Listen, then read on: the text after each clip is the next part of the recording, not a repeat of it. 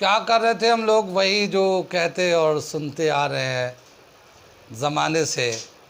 जिस तरह से जब हम पैदा नहीं हुए थे तो सूरज पूरब से निकलता था, पश्चिम में डूबता था। अब हम बच्चे से बड़े हो गए, बूढ़े होने लगे, एक दिन हम ख़त्म भी हो जाएंगे, पर सूरज वही पूरब से निकलता रहेगा, पश्चिम में डूबता रहेगा, क्योंकि वो एक सच है। ठीक है ना, वो एक सच है और उस सच को अपने आप को रिपीट करता रहेगा। इसलिए हम, आप चाहे सुनते सुनते परेशान हो जाओ, पर मैं हमेशा यही बोलता रहूँगा कि जब वक्त होता है तो एहसास नहीं होता, और जब एहसास होता है तो वक्त नहीं होता। मैं साबिर अली और आप देख रहे हैं ILCC अली क्लासेस, और मैं कर रहा हूँ फिज़िक्स 9th क्लास का force and laws of motion. आज दूसरा लेक्चर करेंगे हम लोग। कल तक जितना किए थे उसके आगे हम लोग करते हैं। कितनी बात सुन में तो करते हैं, इसके आगे क्या क्या है देखते हैं। कल तक हम लोगों ने किया था बैलेंस्ड एंड अनबैलेंस्ड फोर्स किया था। आगे इसके बाद है मोमेंटम। अगला जो टर्म है हम लोग करेंगे मोमेंटम। मोमेंटम को हम लोग डिनोट करते हैं P से, ठीक है ना। और P का जो रिलेशन दे रखा है M/V है। कैसे डिफाइन कर दें? Momentum of a body, momentum of a body is equal to product of mass and its velocity. ठीक है ना। एक बॉडी है, उसका मास कितना है और उसकी वेलोसिटी कितनी है, उसको जब प्रोडक्ट निकालते हैं, मल्टीप्लाई करते हैं, तो जितना आता है वही मोमेंटम कहलाता है। इसका यूनिट होता है, its unit is kg metre per second. Mass का kg और वेलोसिटी का metre per second, kg metre per second. कितनी बात सुनी? अगर एक बॉडी है रेस्ट में है तो उसका कितना मोमेंटम होगा? एक बॉडी है जो रेस्ट में है तो उसका कितना मोमेंटम होगा? जब बॉडी रेस्ट में होता है तो उसका वेलोसिटी 0 होता है, और जब 0 होगा मल्टीप्लाई करें तो मोमेंटम 0 हो जाएगा। तो when a body is in rest it's momentum is 0। ठीक है। When a body is in rest it's momentum is 0। ठीक है ना।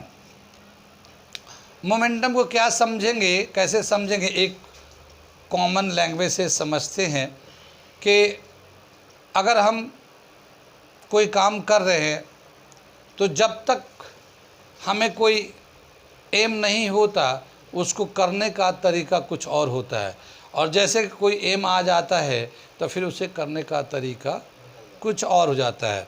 जैसे आप फॉर्म भर रहे हो AMU का, जामिया का, अभी तो आया ही नहीं, तो अभी हम लोग तैयारी कर रहे हैं, तैयारी चल रहे हैं। ठीक है ना, कर रहे हैं और चल रहे हैं। लेकिन अगर फॉर्म आ गया, ओ इस डेट में टेस्ट कर, ओ इस डेट में टेस्ट होना, अब तो इतना ही दिन बचा हुआ है, तो अब हमें तैयारी करने का तरीका थोड़ा बदल जाएगा।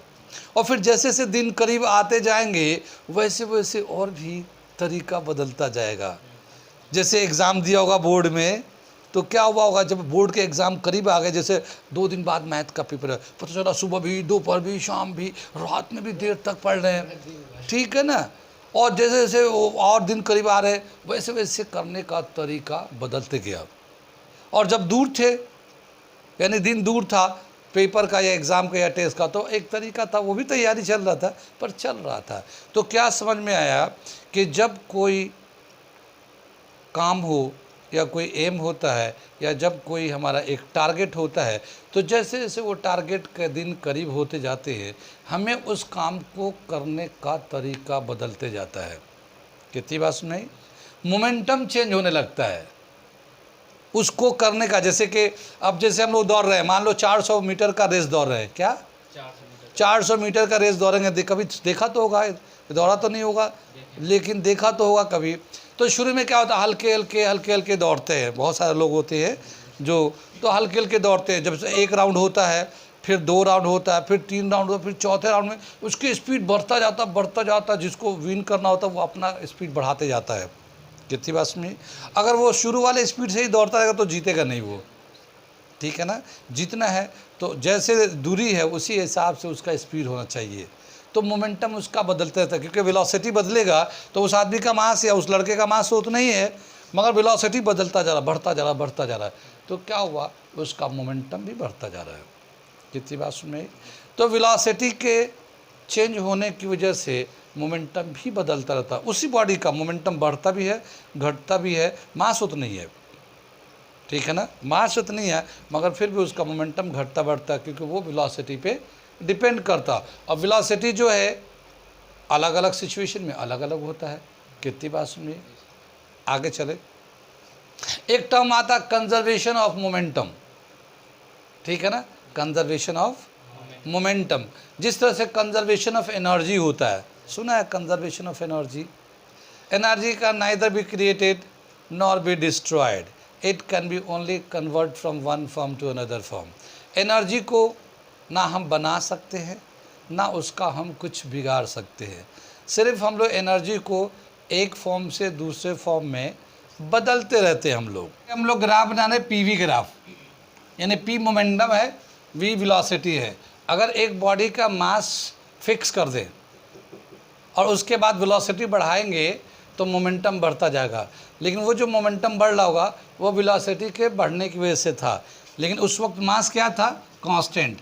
तो ये मास हमारा m जो है मास कांस्टेंट है, लेकिन पी एन वी जो है ना इस तरह से रिलेट करता है, तो ऐसे ग्राफ बनता है पी एन वी का ग्राफ। कितनी बात सुनिए। या फिर एक दूसरा ग्राफ मोमेंटम एंड मास, अगर अब वेलोसिटी को कांस्टेंट कर दें, अगर वेलोसिटी को कांस्टेंट कर, यानी वेलोसिटी नहीं बदलते, मास बढ़ाते जाएंगे, तो मास बढ़ाएंगे तब भी मोमेंटम बढ़ेगा। तो इसका मोमेंटम वर्सेस मास का ग्राफ प्लॉट करेंगे, जब वेलोसिटी कांस्टेंट होगा तो ऐसा बनेगा।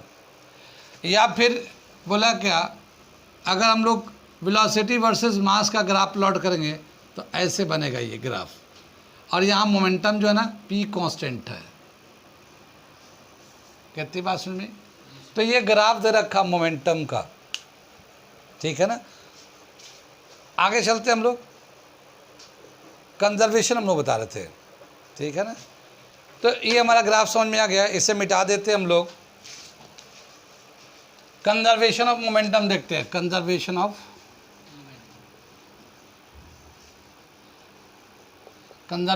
मोमेंटम क्या बताया। कंजर्वेशन ऑफ मोमेंटम क्या है, total momentum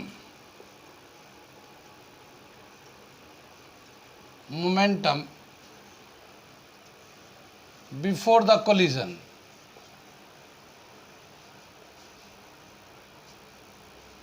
is equal to total momentum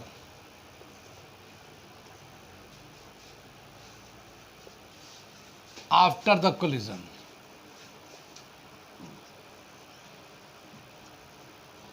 क्या मतलब हुआ, बोला कि दो बॉडी है, एक बॉडी ये है, मान लो एक बॉडी है, इसका अपना एक मास है, ठीक है ना,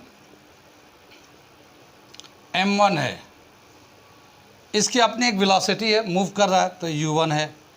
एक दूसरा मास है ये, ठीक है ना, ये दूसरा मास है, ये m2 है, इसका इनिशियल वेलोसिटी u2 है। अब इसको हम लोग मूव कराएंगे, ठीक है ना, इसको मूव करा रहे हैं, m1 को मूव करा रहे हैं, और u1 जो है u2 से ज़्यादा है, u1 u2 से ज़्यादा है, यानी ये तेज़ी से जा रहा है, वो हल्के हल्के चल रहा है। जब ये जाके आगे टकराएगा तो टकराने के बाद क्या होगा, इनका वेलोसिटी चेंज हो जाएगा, इनका वेलोसिटी चेंज हो जाएगा। वेलोसिटी चेंज होगा मगर मास चेंज नहीं होगा, ठीक है ना।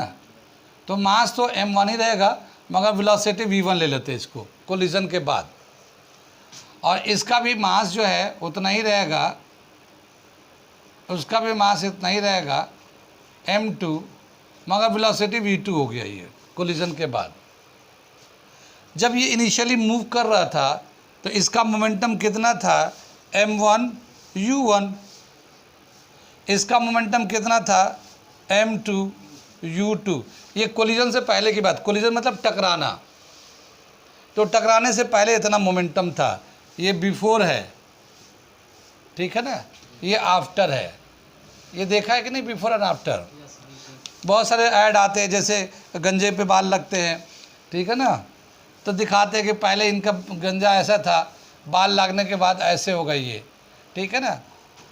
और तो बिफोर क्या आफ्टर वहाँ पे बहुत ज़्यादा, जैसे बहुत लोग मोटे होते हैं, तो मोटे थे पहले ऐसे थे, और फिर जिम करने के बाद फिर स्लिम एंड ड्रीम हो गए, तो इस तरह के आते हैं। मुझे तो कोई टेंशन है नहीं, मैं तो गंजा थोड़ी हूँ जो मुझे इतना, लेकिन मैं बता रहा हूँ एग्जाम्पल के तौर पे, ठीक है ना। आगे चले तो बिफोर एंड आफ्टर तो समझ में आया। तो बिफोर कोलिजन, टकराने से पहले इनका मोमेंटम इतना, इनका मोमेंटम इतना, टोटल मोमेंटम इतना था।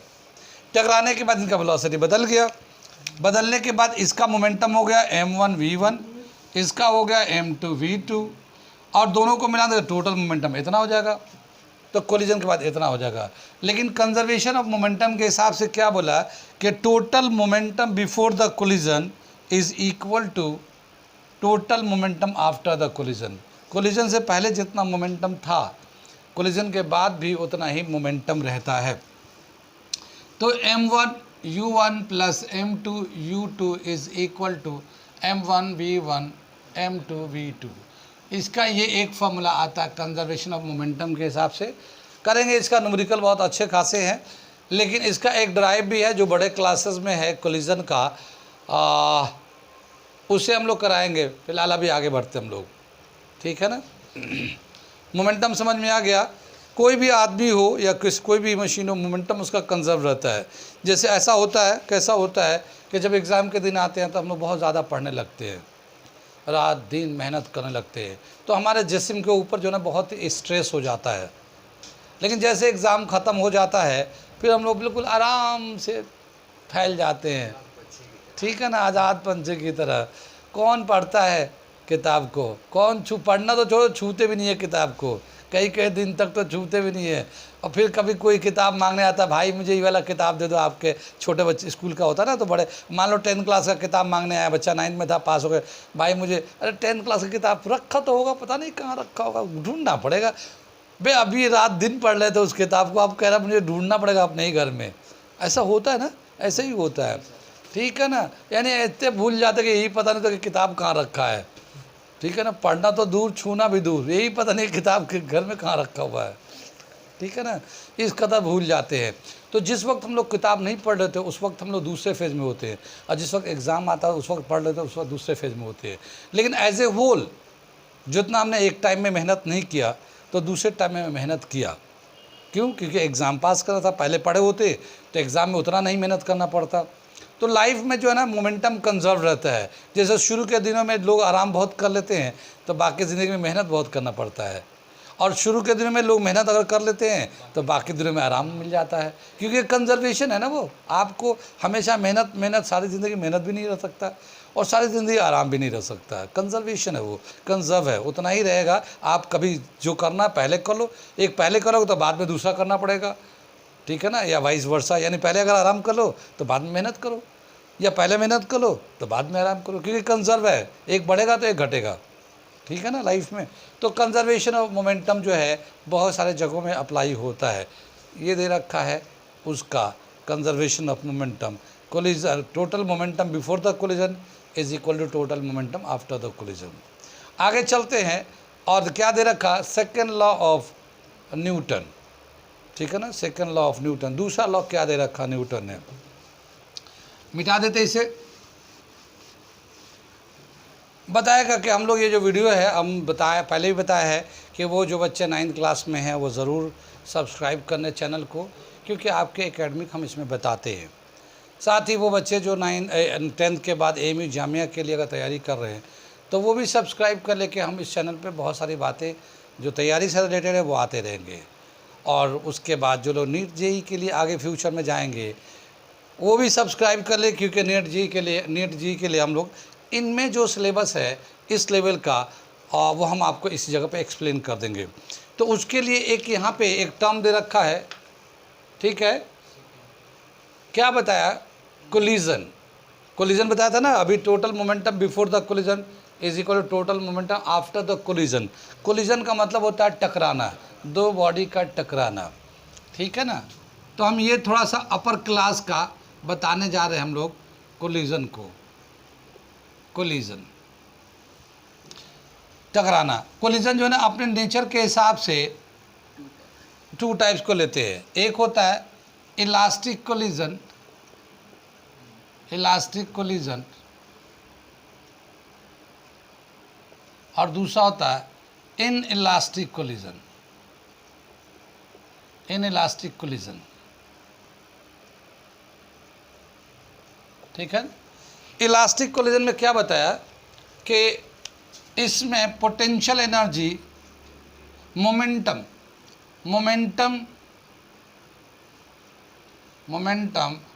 And kinetic energy are conserved, ठीक है ना। अगर इलास्टिक कोलिजन होगा तो इसमें कोलिजन में total momentum before the collision is equal to total momentum after the collision, एक। फिर total kinetic energy before the collision is also equal to total kinetic energy after the collision.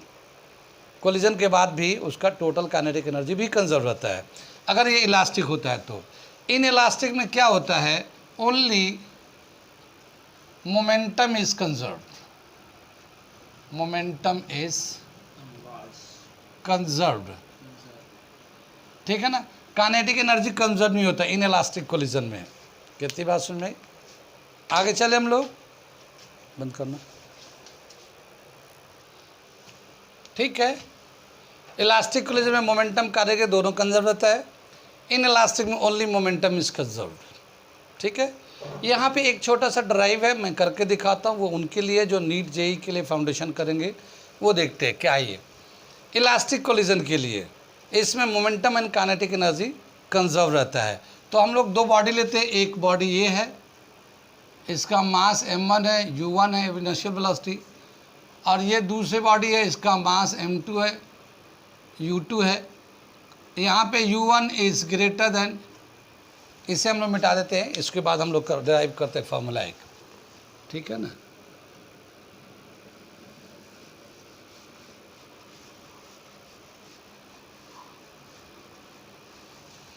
यहाँ पे u1 जो है greater than u2 है, ये collide करेगा तो ये एक मास तो ऐसे ही रह जाएगा, मास में तो कुछ चेंज नहीं आएगा, लेकिन वेलोसिटी इसका बदल जाएगा, तो v1 हो जाएगा, ये वेलोसिटी जो है v2 हो जाएगा, m2 v2, ठीक है ना।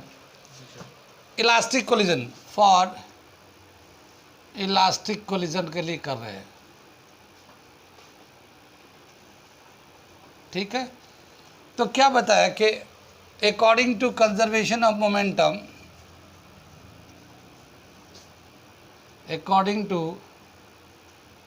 कंजर्वेशन ऑफ मोमेंटम,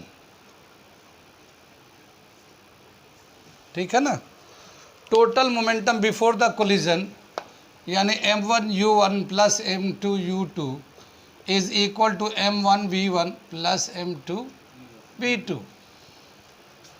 मास को एक तरफ कर लेते हैं, जो लाइक मास है m1 को इधर ला लेते हैं, तो m1 u1 minus m1 v1, ये वाला टर्म को उठा के यहाँ लेके आ गए, और ये था m2 v2, और ये वाला टर्म मास जो m2 जो है उसको इधर ला लिया, ठीक है ना। m1 को कॉमन ले लेते हैं तो u1 माइनस v1 आ जाएगा, और ये आ जाएगा m2 common, v2 minus u2 आ जाएगा। ये इक्वेशन नंबर 1 आ गया। In elastic collision kinetic energy भी कंजर्व रहता है। Inelastic collision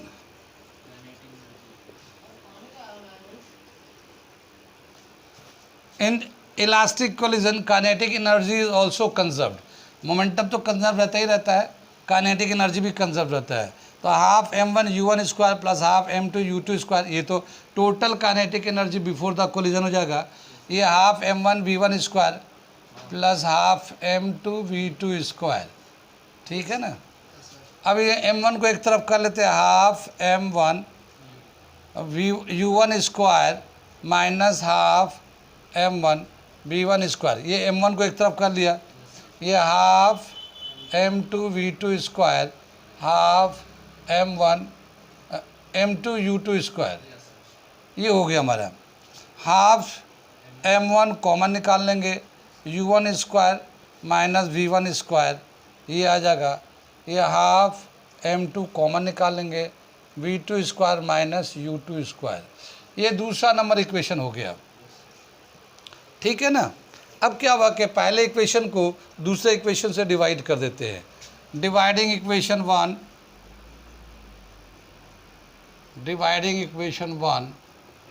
by equation 2, तो 1 को जब 2 से करेंगे तो क्या होगा, m1 u1 minus v1 is equal to m2 v2 minus u2। ये तो ऊपर का हो गया 1 का, इसके नीचे आ जाएगा हाफ, ये हाफ से हाफ यहाँ पे कैंसिल हो जाएगा, ये हाफ से हाफ कैंसिल हो जाएगा ये, ठीक है। तो ये हो जाएगा m1 u1 square minus v1 square, इसके नीचे ये वाला हो गया, और यहाँ हो जाएगा ये इक्वल का साइन बीच में डालो, ये m2 v2 square minus u2 square, ठीक है। ये m1 से m1 कैंसिल हो जाएगा, m2 से m2 कैंसिल हो जाएगा। ये जो नीचे a square minus b square है, तो एक बार प्लस में एक बार माइनस में लिखेंगे, यहाँ पे भी वही चीज़ करेंगे। तो u1 माइनस v1 ये ऊपर में आ जाएगा, नीचे में u1 प्लस v1 और माइनस u1 माइनस v1, ये आ जाएगा। फिर ऐसे ही v2 माइनस u2 और ये v2 plus u2 and v2 minus u2, ये माइनस वाला कैंसिल हो जाएगा, ये माइनस वाला कैंसिल हो जाएगा ये। तो 1 by v1 u1 plus v1 is equal to 1 by v2 u2, cross multiply करेंगे u2 plus v2 is equal to u1 plus v1, ठीक है। ये रिलेशन आ गया है, u2 plus v2 is equal to u1 plus v1। अब इसको हम लोग थोड़ा अरेंज कर लेते हैं, ये सब तो समझ में आ रहा है।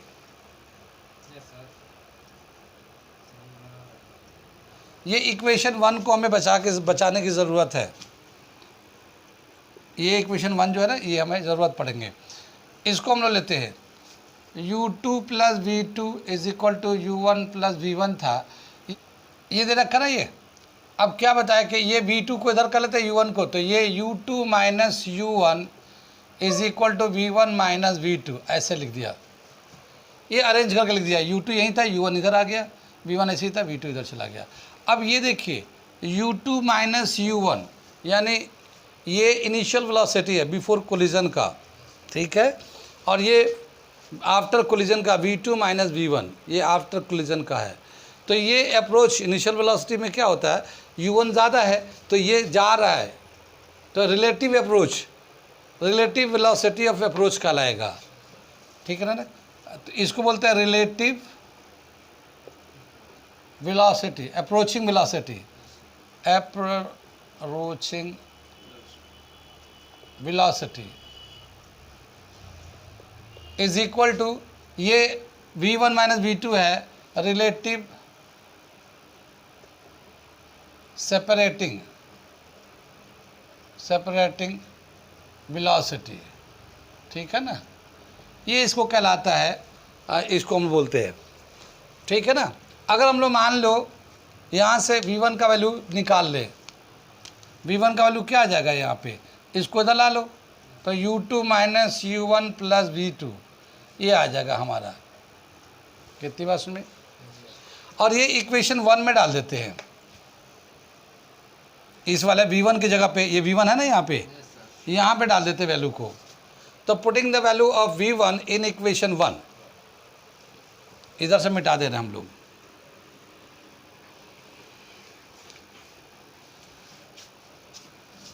ये सब मिटा दे रहे हम लोग।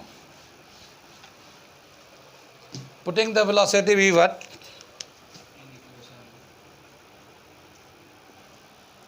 हमने v1 का वैल्यू जो है ना यहाँ पे डाल दिया। तो m1 तो ऐसे, m1 तो ये था, u1 है, माइनस का साइन लगा दिया, ये v1 का वैल्यू ये डाल दिया, ये यहाँ से डाल दिया m2 v2 माइनस u2, ये लिख दिया। ये u1 हो गया, माइनस से ब्रैकेट खोल रहा है, u2 plus u1 minus v2 m2 v2 m2 u2। इसमें दे रखा है ये u1 प्लस हो जाएगा 2u1 आ जाएगा m1 2u1 minus u2 minus v2, इसे मल्टीप्लाई करते इसे,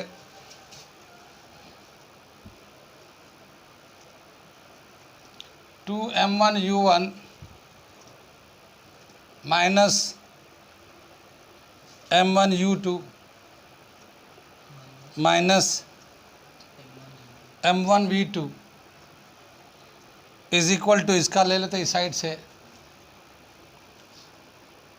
m2 u2, इसको घुमाने पड़ेंगे, m2 v2 minus m2 u2।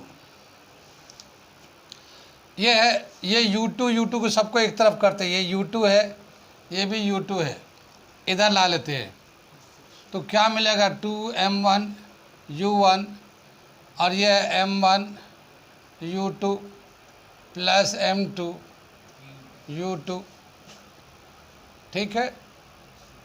और ये जो है v2 को उधर ले जाते हैं, तो यहाँ पे है m2 v2 था और ये माइनस हो जाएगा, प्लस हो जाएगा m1 v2।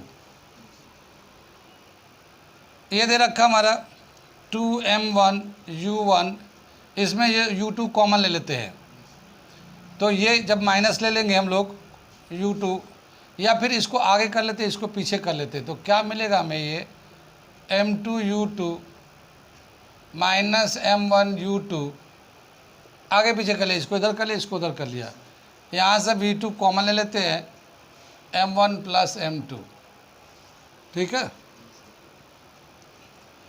ये जो है 2m1 u1 है और यहाँ पे u2 कॉमन ले लेते हैं, तो m2 माइनस m1 ये आ जाएगा, ठीक है। और ये v2 m1 प्लस m2, ठीक है। v2 का वैल्यू निकालना चाहते हैं तो ये मल्टीप्लाई था, इसके डिवाइड में चलाएगा, तो 2m1 u1 फिर bracket m2 minus m1 u2 upon m1 plus m2, ये v2 का वैल्यू आ गया हमारा। ये एक फाइनल फार्मूला आ गया, final velocity of second body after the collision. जब कोलाइड करेगा तो v2 कितना वेलोसिटी होगा, वो ये आ गया 2m1 m2, यानी initial momentum of the first body. तो ये पहला बॉडी था, इसका इनिशियल मोमेंटम m1 u1 था, इसका डबल है ये, तो आइस m1 u1, फिर इन दोनों के मास का डिफरेंस निकालें, m2 माइनस m1 और फिर u2, इसी का वेलोसिटी, इनिशियल वेलोसिटी ले लिया, और फिर नीचे m1 प्लस m2 और v2 आ गया। अगर हम लोग यहाँ पे v1 का वैल्यू डाला था, अगर v2 का वैल्यू निकालते, अगर v2 का वैल्यू निकालते यहाँ पे, जैसे ये v2 निकालते, v2 अगर निकाल रहे होते तो ये v2 इधर लाते, ये इसको इधर लाते, तो v1 और ये प्लस u1 माइनस u2 ऐसे आता v2 का वैल्यू, ठीक है। और इस v2 का वैल्यू इन फर्स्ट इक्वेशन इसमें डालते, यहाँ पे v2 पे डालते और फिर सिंप्लीफाई करते, तो हमारा यहाँ पे v1 का वैल्यू आता है, और v1 का जो वैल्यू होता वो मैं यहाँ लिख रहा हूँ डायरेक्ट, ठीक है ना। कितनी बात समझ में, ये यहाँ पे लिख रहा हूँ v1 का वैल्यू, v1 का वैल्यू होता ट्वाइस m2 u2। देखो ये पहले बॉडी का मोमेंटम था ट्वाइस, लेकिन जब v1 निकाले तो दूसरे बॉडी का टोटल ट्वाइस मोमेंटम निकालेंगे, फिर ये plus m1 minus m2 into u1, m1 minus m2 into u1 हो जाएगा, ये u2 है ना, वहाँ u1 हो जाएगा, और नीचे m1 प्लस m2, ये हमारा फॉर्मूला आ जाएगा v1 का, ठीक है ना। तो कोलिजन के बाद फर्स्ट वाले बॉडी का जो वेलोसिटी होगा वो इतना होगा कोलिजन के बाद, और सेकंड वाला बॉडी का जो वेलोसिटी होगा वो इतना होगा। कितनी बात उसमें, इसको हम लोग यूज़ करेंगे बहुत सारे लॉजिक वाले सवाल करने के लिए, कंसेप्चुअल का सवाल करने के लिए इसको यूज़ करेंगे, कंसेप्ट बेस्ड सवाल। तो इसी से हम लोग प्रूव भी करते चलेंगे, तो इसलिए हमने इसको ड्राइव किया।